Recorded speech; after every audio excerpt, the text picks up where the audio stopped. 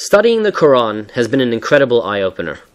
What I found most disturbing, considering that it's supposed to have been a divine revelation, are the astounding number of grammatical, historical, linguistic, theological, and biblical errors that fill its pages. How can any thinking human being accept so many inconsistencies, discrepancies, and outright falsehoods as having been revealed to Muhammad by the angel Gabriel? The Quran and Hadith have been studied in minute details both by the followers of Muhammad and by Orientalists over the centuries. In the latter 200 years, many very eminent Europeans studied the Arabic language, the Quran and Ahadith, and mastered both to an incredible degree. It is on record that the Muhammadan exegetes as well as the European Arabists have come to the following conclusions. 1. That the Quran contains a great number of grammatical and lexical errors. 2.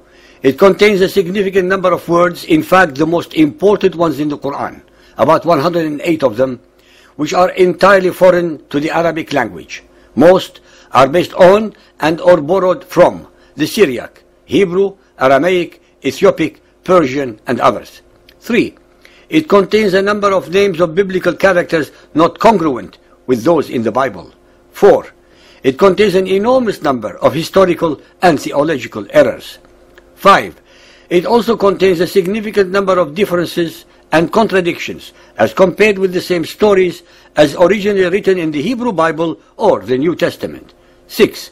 It has copied almost the entire pagan Arabian traditions and fetishes, but cloaked them with the wrappings of Islam with only a minute number of changes. 7.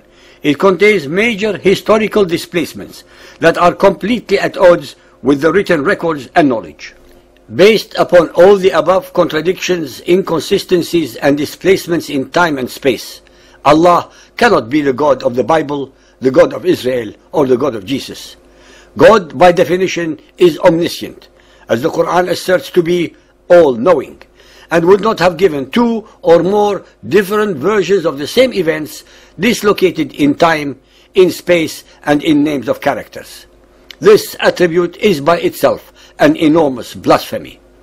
The following are only a few of these manifest errors and contradictions from among hundreds upon hundreds of others. The story of Cain and Abel.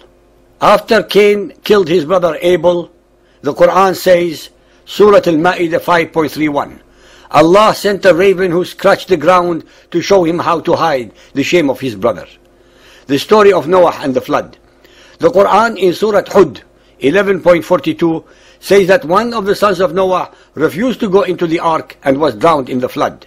The Bible says that all three sons of Noah went into the ark with him and were saved from the flood. Genesis 7.7. In Al-Hud 11.44, the Quran says that the ark came to rest on top of Mount Judi. The Bible says that it was Mount Ararat. Genesis 8.4. The story of Abraham. Abraham's father, according to the Quran, is Azar, Surah Al-An'am 6.74, while the Bible says that his name is Terah, Genesis 11.26. The Quran says Abraham had two sons. The Bible says they were 8, Genesis 25.2. The Quran says some of Abraham's descendants lived in the valley of Mecca, Surah Ibrahim 14.37, while the Bible says they lived in Hebron, Genesis 13.18. The Quran says that Abraham had two wives. In the Bible, he had 3. The Quran says that he built the Kaaba, Surah Al-Baqarah 2.125. The Bible has no such record. The Hadith assert that it was Ishmael who was being sacrificed, while the Bible tells us it was Isaac. The story of Moses. The Quran states that the one who adopted Moses was Pharaoh's wife, Surah Al-Qasas 28.9. While the Bible says it was Pharaoh's daughter, Exodus 2.5. The Quran states that Haman lived in Egypt during Moses' time of 1450 BC, while the Bible asserts that Haman lived in Persia during Xerxes' time of 400 BC. Esther 3.1. The story of Mary and Jesus. The Quran states that Mary's brother was Aaron, Surah Maryam 19.28. While the Bible says that Aaron lived 1450 years before Mary, Numbers 26.59. The Quran asserts that she gave birth to Jesus under a palm tree, 19.23, while the Gospel says it was in a stable, Luke 2.7. The Quran also mentions that Jesus spoke and made miracles at the time when he was young, 19.24. The New Testament has no such record. The Quran asserts that Jesus did not die on the cross, Surah An-Nisa 4.157, but the Gospels disagree. Astronomical, Surah Al-Kahf 18.86. Until when he reached the setting of the sun, he found it set in a spring of murky water. Near it he found a people. We said, O Dhul Qarnayn, either to punish them or to treat them with kindness. According to the Quran, the sun sets in a murky puddle of water, but the sun is over 1 million times bigger than the size of the earth. Historical, Surah Al-Qasas 28.38. Pharaoh built the Tower of Babel in Egypt. According to the historical record, the Tower of Babel was built in what is now Iraq and not in Egypt. Alexander the Great, Surah Al-Kahf 18.83. They ask thee concerning Dhul Qarnayn, Alexander the Great, say, I will rehearse to you something of his story. Verily, we establish his power on earth, and we give him the ways and the means to all ends.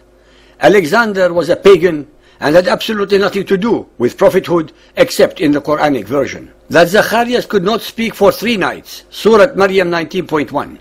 While the New Testament says he could not speak until the child was born or for about 9 months, Luke 1.20. So far, ladies and gentlemen, not a single verse above has any resemblance to any original one in the Hebrew Bible or the New Testament, and hence cannot possibly have been a revelation from either the angel Gabriel or the God of Israel and Jesus. But it could easily have been from Satan, pretending to be the angel Gabriel. After all, he, Satan, was able to deceive Muhammad with the notorious but astounding satanic verses, when Muhammad was more than willing to compromise his newly found monotheism by reverting to paganism. The followers of Muhammad, who believe the Quranic version of the biblical events, have not read, let alone studied either the Bible or the New Testament, to compare and contrast these events, since they are actually prohibited from doing so by their political and religious leaders. Even when and if some of them do attain such knowledge, they are then told that both the Hebrew Bible and the New Testament have been perverted over the centuries by the followers of Moses and Jesus, and hence are not the original versions that would have otherwise agreed with the Quran. There is obviously not a single follower of Muhammad on earth who can produce the original versions of these books upon which they rest their case. Hence, it would take a monumental intellectual and spiritual effort for any follower of Muhammad to use his or her own logic to overcome decades of indoctrination and accept the reality that it is the Quran and only the Quran that is in total and manifest error and falsehood.